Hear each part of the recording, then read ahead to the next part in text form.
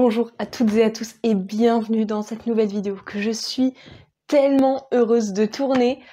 Cette vidéo, je la prépare depuis super longtemps, ça fait un mois que je l'ai en tête, vraiment. J'ai déjà prévu le post Instagram qui va aller avec cette vidéo et franchement, j'ai vraiment super hâte. J'ai les cheveux mouillés parce que je sors de la douche. La luminosité est ignoble. Mais ça ne m'empêchera pas de vous parler du sujet de cette vidéo parce que je suis vraiment trop heureuse. Aujourd'hui, je vous parle de la seule, l'unique, l'incroyable Clémentine Beauvais.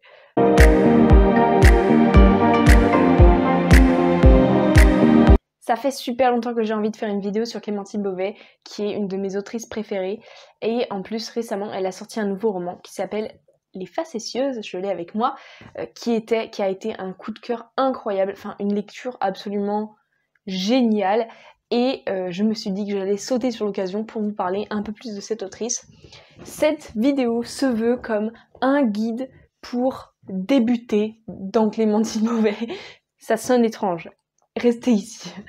En gros, l'idée c'est que peut-être que vous n'avez jamais lu de livre de Clémentine Beauvais.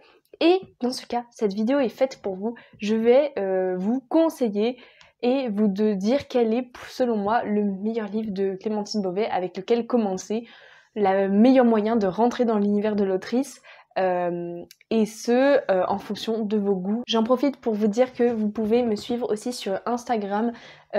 Si vous avez un compte Instagram, voilà, n'hésitez pas à me suivre.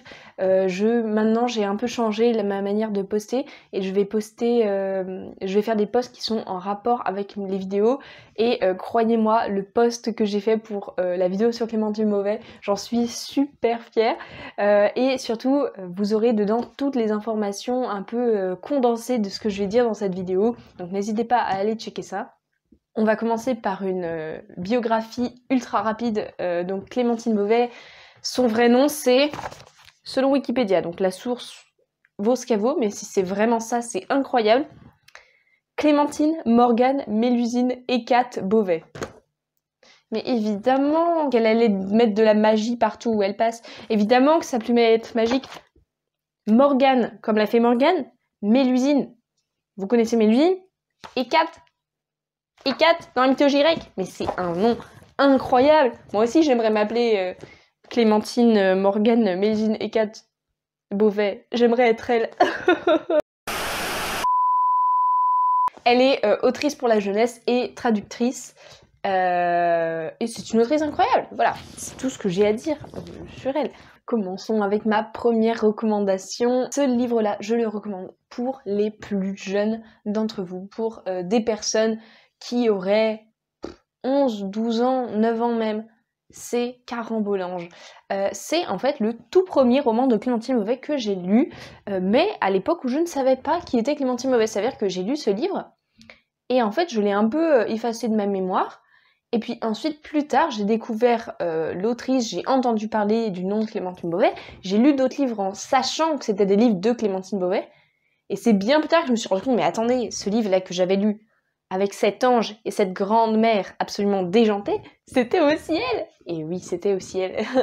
Dans Carambolage, on suit un petit ange qui a pour travail de ramener des morts au paradis, et il va s'occuper d'une grand-mère, mais alors elle est complètement déjantée, elle refuse d'aller au paradis parce qu'elle est absolument persuadée qu'elle a été assassinée et qu'elle n'est pas morte dans des conditions naturelles.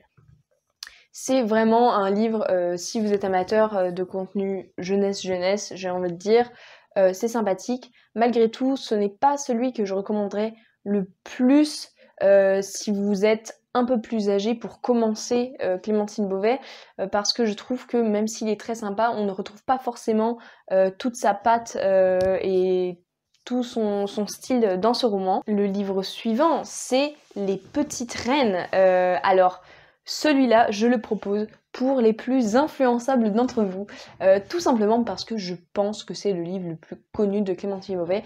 Il a gagné de nombreux prix. En 2016, il a gagné le prix Sorcière, qui est un prix très prestigieux de littérature jeunesse.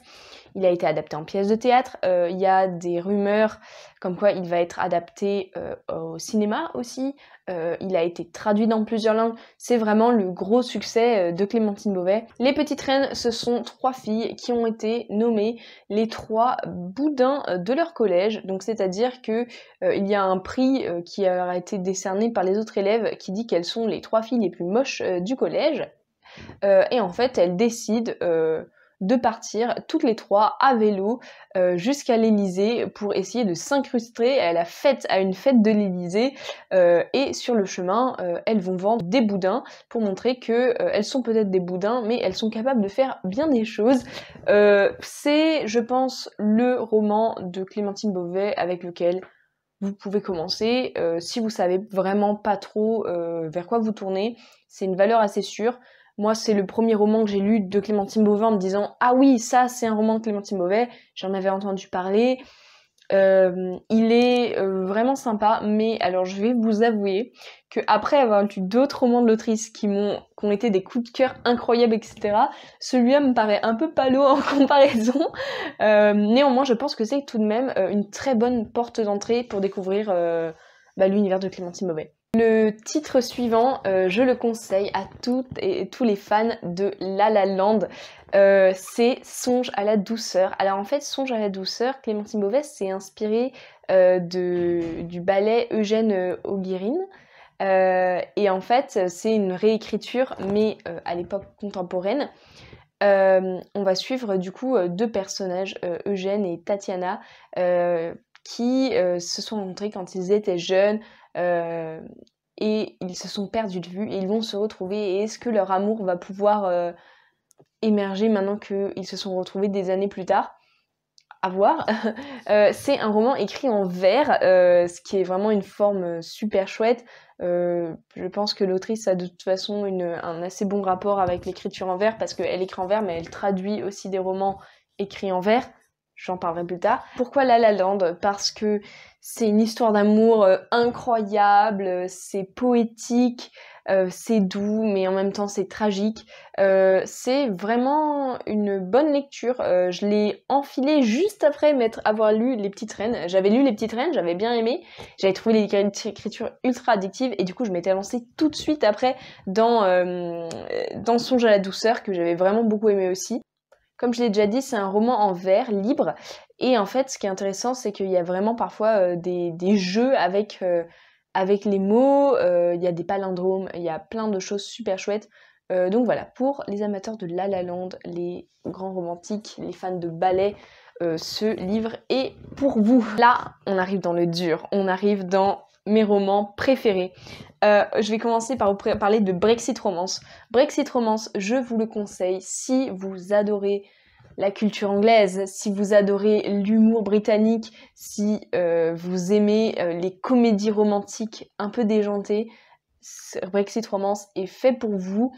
Personnellement, je l'ai lu en une fois, en un coup. J'étais sous ma couette, c'était un jour vraiment pluvieux. Je l'ai lu en un après-midi et après j'étais ultra heureuse, je sautais partout. J'ai appelé des amis pour leur parler de ce roman tellement il m'a rendue heureuse, il m'a apporté plein de joie. Donc si vous êtes dans un moment un peu triste de votre vie, prenez ce roman et je vous assure que ça va vous apporter du peps. L'histoire se passe après le Brexit, comme le titre le montre. Et en fait, on va suivre une femme qui va créer une agence matrimoniale qui s'appelle Brexit Romance. L'idée, en fait, c'est de faire des mariages blancs, c'est-à-dire une personne française qui va se marier à une personne anglaise pour donner un passeport européen à ces personnes qui ne veulent pas faire partie du Brexit. C'est très drôle. L'héroïne, donc la fille qui a créé ce site Brexit Romance, est insupportable. On a envie de la claquer, mais en même temps, on s'attache à elle. Franchement, c'est une super lecture et je pense vraiment que ça peut être une très bonne porte d'entrée dans l'univers de Clémentine Beauvais. C'est un roman plus adulte que les autres. C'est du jeune adulte. C'est un roman pour jeunes adultes. Quand ces autres romans sont plus ados, voire jeunesse. Si vous êtes un hippie, si vous aimez les 60s, si vous aimez les Beatles, si vous adorez plus que tout Françoise Hardy, ce livre est fait pour vous. Âge tendre. Alors Âge tendre, ça a été un coup de cœur, mais monumental quand j'ai lu. Je crois qu'il y a une vidéo sur ma chaîne où je vous parle d'Âge tendre en détail et où je vous dis à quel point voilà l'amour que j'ai pour ce livre. Donc n'hésitez pas à aller voir cette vidéo si vous voulez plus de détails. On est dans un futur proche où les élèves de 3e doivent faire un très long stage dans une autre région que leur région d'origine. Donc notre personnage principal va faire un stage dans une maison de retraite révolutionnaire qui recrée les décors des années 60 pour ses résidents. Et donc notre personnage principal va s'attacher énormément aux résidents et il va devenir fan de Françoise Hardy. Surtout le problème c'est qu'il a promis à une des résidentes que Françoise Hardy allait venir pour chanter en concert devant eux. C'est un roman mais lumineux, drôle, le personnage principal est tellement attachant et on entre dans ce que j'appelle le Clémentine Beauverse, donc l'univers de Clémentine Beauvais parce que elle décrit un futur proche avec plein de petits détails qui font que ce futur semble probable ou non mais qui lui donne du piquant et moi j'ai adoré cet aspect dans ce roman. Voilà, si vous aimez ce genre d'ambiance, n'hésitez pas à aller découvrir ce roman, c'est une bombe. Pour moi, c'est un très bon moyen de commencer à lire du Clémentine Beauvais, il n'y a pas de doute là-dessus. Ensuite, je vais vous parler de Décomposer. Ce livre-là, je vous le conseille si vous êtes amateur de poésie, si vous aimez Baudelaire, si vous aimez par exemple les revisites de contes ou d'histoires selon un angle féministe, ça risque de vous plaire. Dans Décomposer, Clémentine Beauvais repense le poème La Charogne de Baudelaire du point de vue de cette charogne, justement. C'est un roman en vers, c'est un roman assez audacieux qui change pas mal de ce qu'elle a pu écrire habituellement. C'est aussi un roman en vers. C'est un roman adulte, hein, c'est beaucoup plus adulte. Je ne sais pas si je vous le conseillerais comme première porte d'entrée dans l'univers de Clémentine Beauvais.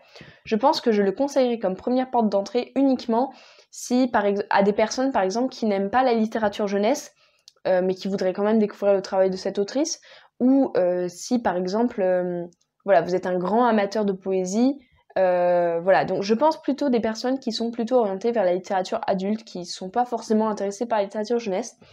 Si c'est votre cas, je dirais que ça peut être une bonne porte d'entrée, ça peut être un bon premier roman de Clémentine Beauvais à lire. Néanmoins, si vous aimez la littérature jeunesse et ado, je vous conseillerais quand même de commencer par un de ces livres jeunesse ou ado. Ensuite, je vais vous parler de celui qui est peut-être mon préféré des livres de Clémentine Beauvais, mais je n'en suis pas sûre. C'est Sainte Marguerite Marie et moi. Alors, celui-là, franchement, je me suis demandé, est-ce que c'est vraiment une bonne porte d'entrée dans l'univers de Clémentine Beauvais? Est-ce que c'est un bon premier roman de Clémentine Beauvais à lire? Au début, franchement, je me suis dit, bah pas vraiment, ça correspond pas vraiment à son style habituel, etc. Peut-être que je pourrais juste en parler comme d'un bon roman de Clémentine Beauvais, mais qui n'est pas une bonne porte d'entrée. Et puis, j'ai pensé à une anecdote. J'ai une amie, en fait, qui a découvert Clémentine Beauvais par ce roman, parce qu'en fait, je lui en ai tellement parlé qu'elle l'a lu et qu'elle a beaucoup aimé. Et étonnamment, elle a beaucoup aimé ce roman, mais elle a essayé d'autres livres de Clémentine Beauvais et elle les a pas trop aimés. Et c'est sûrement en fait parce que ce livre est une non-fiction. C'est un essai autobiographique, semi-autobiographique. Et donc, je pense que je conseillerais ce livre-là à des personnes qui ne sont pas trop amatrices des genres habituels dans lesquels Clémentine Beauvais travaille, c'est-à-dire qu'ils ne sont pas trop amateurs ou amatrices de romans contemporains ados, qui voilà, n'aiment pas trop ce genre-là. Je leur conseillerais de commencer peut-être par Sainte Marguerite Marie et moi. Je le conseille évidemment comme porte d'entrée à toute personne qui se pose des questions sur la religion catholique. Donc, je le conseille à des personnes qui seraient des personnes catholiques, mais je le conseille aussi à des personnes qui ne sont pas catholiques, mais qui tout simplement s'y intéressent d'un point de vue ou d'un autre, parce que ce roman nous propose une plongée absolument fascinante et dans la vie déjà de la Sainte Marguerite Marie, mais aussi dans la vie de Clémentine Beauvais et quel est son rapport, elle, à la religion et cette espèce d'entre-deux qu'elle explique très bien dans ce livre, c'est-à-dire en fait elle explique dans ce roman qu'elle vit maintenant avec un partenaire, un homme qui est d'une famille assez catholique, Et en fait, cette espèce d'entre-deux, c'est-à-dire à la fois être une autrice de jeunesse engagée, de gauche, alliée LGBT, ce genre de choses, et en même temps avoir une personne très importante dans sa vie, et de plus en plus de personnes importantes dans sa vie, qui sont plutôt dans un milieu catholique, parfois assez conservateur, et donc deux milieux qui semblent ne pas pouvoir aller ensemble. Et elle parle un peu de cet entre-deux, en fait, du fait d'être entre les deux. L'autrice elle-même est athée, hein, elle n'est pas croyante, et donc franchement, je recommanderais ce livre à toute personne qui s'intéresse au sujet de la religion, à toutes les personnes qui se poseraient des questions dans le genre, et aux personnes de manière générale qui sont amatrices d'essais, mais qui n'aiment pas les romans, par exemple. Je pense que ça pourrait être un bon moyen de découvrir Clémentine Beauvais. Néanmoins, je ne pense pas non plus que ce soit la porte d'entrée la plus évidente vers la littérature de cette autrice. Là, il y en a un, là. Il y a un livre, là, qui frétille à côté de moi, Les Facétieuses. Alors, celui-là, c'est le dernier roman de Clémentine Beauvais. Et c'est publié chez les éditions Sarbacane dans leur collection Exprime, comme la plupart des romans de Clémentine Beauvais. Ce livre. En fait, Clémentine Beauvais, elle a un pouvoir magique qui est que chaque roman d'elle que je lis, chaque nouveau roman, à chaque fois je me dis mais il était incroyable ce roman, elle va pas pouvoir faire mieux. Et à chaque fois elle fait mieux. Ça a été ça quand j'ai lu Brexit Romance. Brexit Romance, ça avait été un coup de cœur incroyable et je m'étais dit mais c'était dingue, elle va pas pouvoir faire mieux. Paf, Âge tendre, coup de cœur intersidéral. Et après Âge tendre, qu'est-ce qu'il y a eu? Paf, Sainte Marguerite, Marie et moi, qui m'a mis une grosse claque. Et ensuite, paf, Les Facétieuses. Oh là là, alors, sûrement, vous pouvez le voir rien qu'à ma tête, rien que d'en parler, ça me met du baume au cœur. C'était absolument fantastique, voilà, et je le conseille à tout le monde. Ça veut dire que, quel que soit votre genre de prédilection, il y a quelque chose dans ce roman que vous allez pouvoir aimer. Si vous aimez la fantasy, vous allez aimer ce roman. Si vous aimez les romans contemporains, vous allez aimer ce roman. Si vous aimez les essais ou les livres autobiographiques, vous allez aimer ce roman. Quoi que vous appréciez, vous allez l'aimer. Si vous aimez la littérature jeunesse, vous allez aimer ce roman. Mais si vous aimez la littérature plutôt adulte, vous allez l'aimer aussi. Donc en fait l'héroïne de ce roman c'est Clémentine Beauvais elle-même, c'est écrit à la première personne et en fait elle va se poser des questions sur les marraines la bonne fée. Alors ce qui est incroyable dans ce roman c'est que le début, donc il y a cette histoire de marraine la bonne fée qui est écrite d'une façon telle qu'au début on y croit, c'est-à-dire que moi il y a vraiment des moments où je me suis posée et je me suis dit mais attends, il y avait vraiment des marraines la bonne fée dans le passé. je ne savais plus que croire. Je pense qu'on peut dire de ce roman que c'est une uchronie. Alors une uchronie, en fait, c'est un livre qui se passe dans le présent, mais si quelque chose dans le passé s'était passé différemment. Donc là, en fait, on est totalement là-dedans. Donc s'il y avait eu des marraines de la bonne fée à l'époque de la Révolution française et avant, qu'est-ce qui se passerait maintenant? Voilà, c'est ça l'idée. Et en fait, le roman commence vraiment... vraiment presque comme une non-fiction. Ça veut dire qu'au début, vraiment, on se dit, c'est une non-fiction. Et en fait, au fur et à mesure de l'enquête du personnage principal, aka Clémentine Beauvais, aka l'autrice elle-même, il y a tout un jeu là-dedans aussi qui est extraordinaire, continue ses recherches sur les marines de la bonne fée, on entre dans un univers magique, dans un univers complètement déjanté, mais franchement, ce roman, mais je l'ai fini... mais j'étais extatique, d'accord? Vraiment, j'étais dans un état... Franchement, ce roman, je pense que c'est une porte d'entrée dans l'univers de Clémentine Beauvais pour tout le monde. Le seul risque, pour moi, c'est que vous le lisiez et qu'ensuite, en lisant ces autres livres, vous soyez déçus. Parce que pour moi, celui-là, mais c'est le top 1. Je vais peut-être vous faire un petit top à la fin. Je vais faire un petit top 3 à la fin de mes 3 romans préférés de Clémentine Beauvais. Mais celui-là, c'est sûr, je vous préviens, voilà, spoiler pour la fin, c'est le top 1. C'est le 1. Il est incroyable. Voilà, et... j'ai tellement hâte de voir ce qu'elle va nous proposer encore ensuite. J'ai l'impression que j'ai atteint des sommets et du coup que cette vidéo est terminée, mais cette vidéo n'est pas terminée, j'ai encore des livres à vous parler. Si vous êtes des amateurs de mythologie grecque, Clémentine Beauvais a écrit plusieurs livres dans cet univers-là. Il y a notamment Io pour l'amour de Zeus, qui est je pense le titre un peu le plus connu de cette collection qu'elle a écrite. Je ne peux pas vous en parler plus parce que je ne les ai jamais lus, voilà. J'ai lu Io justement, c'est le seul que j'ai lu, mais je l'ai lu il y a longtemps et pour être honnête, il m'a pas laissé un énorme souvenir. Mais vous me connaissez, je suis fan de mythologie grecque, donc évidemment j'ai très envie de lire ces livres. Je veux dire, Clémentine Beauvais, mythologie grecque, ensemble, incroyable. Si vous êtes amateur de mythologie grecque, c'est une série assez jeunesse. Ça peut être une bonne porte d'entrée dans les livres de Clémentine Beauvais. Je pense que ce ne sont pas forcément les livres les plus représentatifs de son propre style, mais ça peut quand même être une porte d'entrée pas mal, je pense. Ensuite, si vous détestez les romans, vous n'aimez que la non-fiction, vous n'aimez que les essais rigoureux, bon déjà vous êtes un peu ennuyeux, et ensuite je vous propose, il y a En quête d'un grand peut-être, qui est un guide de découverte de la littérature ado qui est absolument incroyable. Enfin vraiment ce guide est complet, détaillé, génial. Je vous le conseille vraiment grandement si vous vous intéressez à tout ce qui est voilà, littérature ado. Mais en tout cas, sachez que Clémentine Beauvais fait partie des contributeurs et des contributrices qui ont travaillé sur cet ouvrage. Et donc elle a écrit une nouvelle dans cet ouvrage qui est vraiment sympa. Mais voilà, comme je disais, si vous n'aimez pas du tout la fiction, elle a écrit un article sur pourquoi est-ce que les adultes devraient aussi lire de la littérature jeunesse et ado. Je vous recommande beaucoup cet article. Si vous aimez les albums, je peux vous conseiller pour découvrir un peu l'univers de Clémentine Beauvais. Je dirais même que ce serait pour découvrir pour des personnes qui sont pas trop convaincues par ses œuvres en général, mais qui voudraient bien quand même découvrir un album. Ça se lit vite, c'est rapide à lire et pourtant c'est vraiment chouette. Je vous conseille Les Esprits de l'escalier. Donc Clémentine Beauvais a écrit le texte de cet album qui est vraiment sublime, vraiment un très bel album, une histoire super cool. Franchement, je le recommande vraiment, cet album est super chouette. Donc n'hésitez pas, voilà, si vous aimez ce genre de livre, n'hésitez pas à aller y jeter un œil. Ensuite, il y a le roman Comme des images, où Clémentine Beauvais parle un peu de l'ambiance dans un lycée élitiste, je crois que c'est le lycée Henri IV.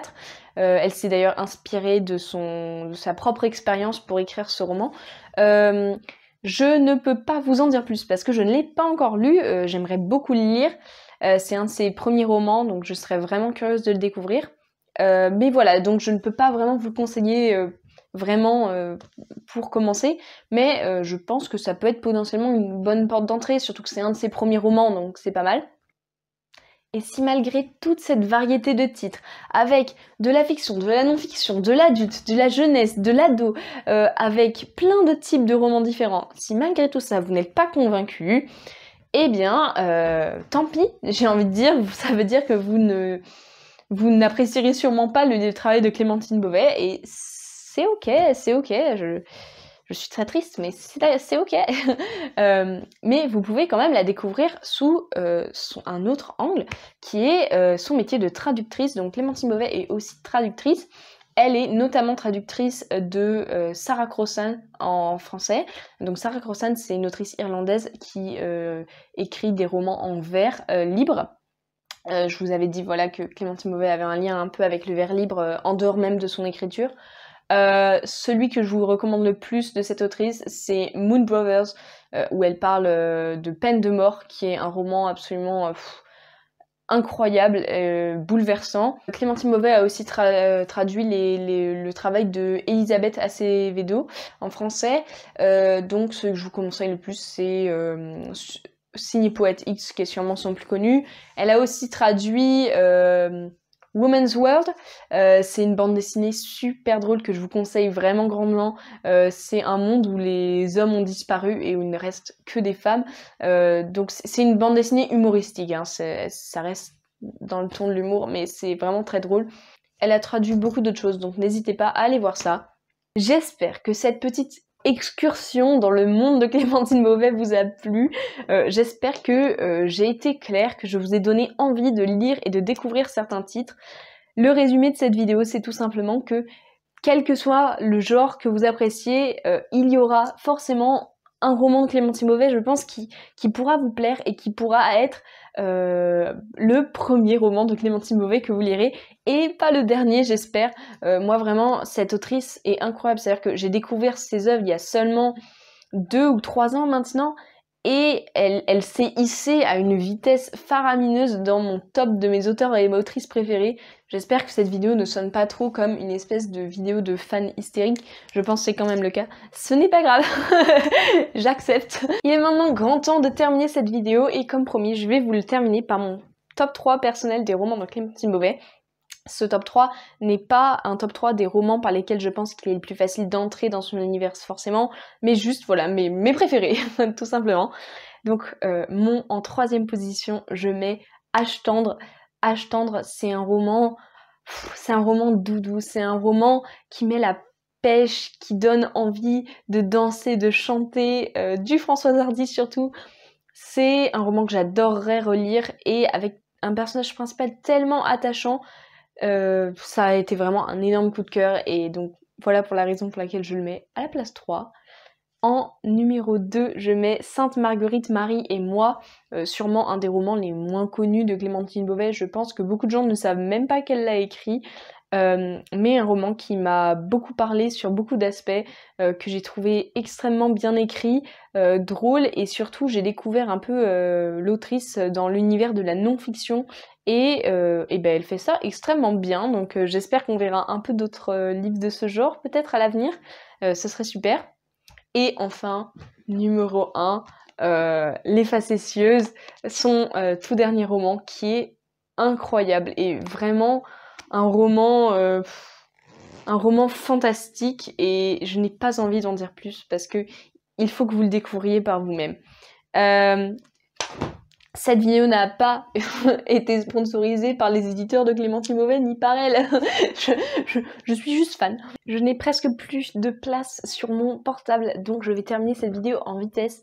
N'hésitez pas à me dire dans les commentaires si vous avez aimé ce nouveau format, si vous avez aimé cette vidéo, si ça vous a donné envie de lire les livres dont je vous ai parlé. Si vous avez aimé, je ferai peut-être sûrement le même format pour un autre auteur ou une autre autrice. D'ici là, portez-vous bien, je vous souhaite d'excellentes lectures et je vous dis à la prochaine fois. Salut!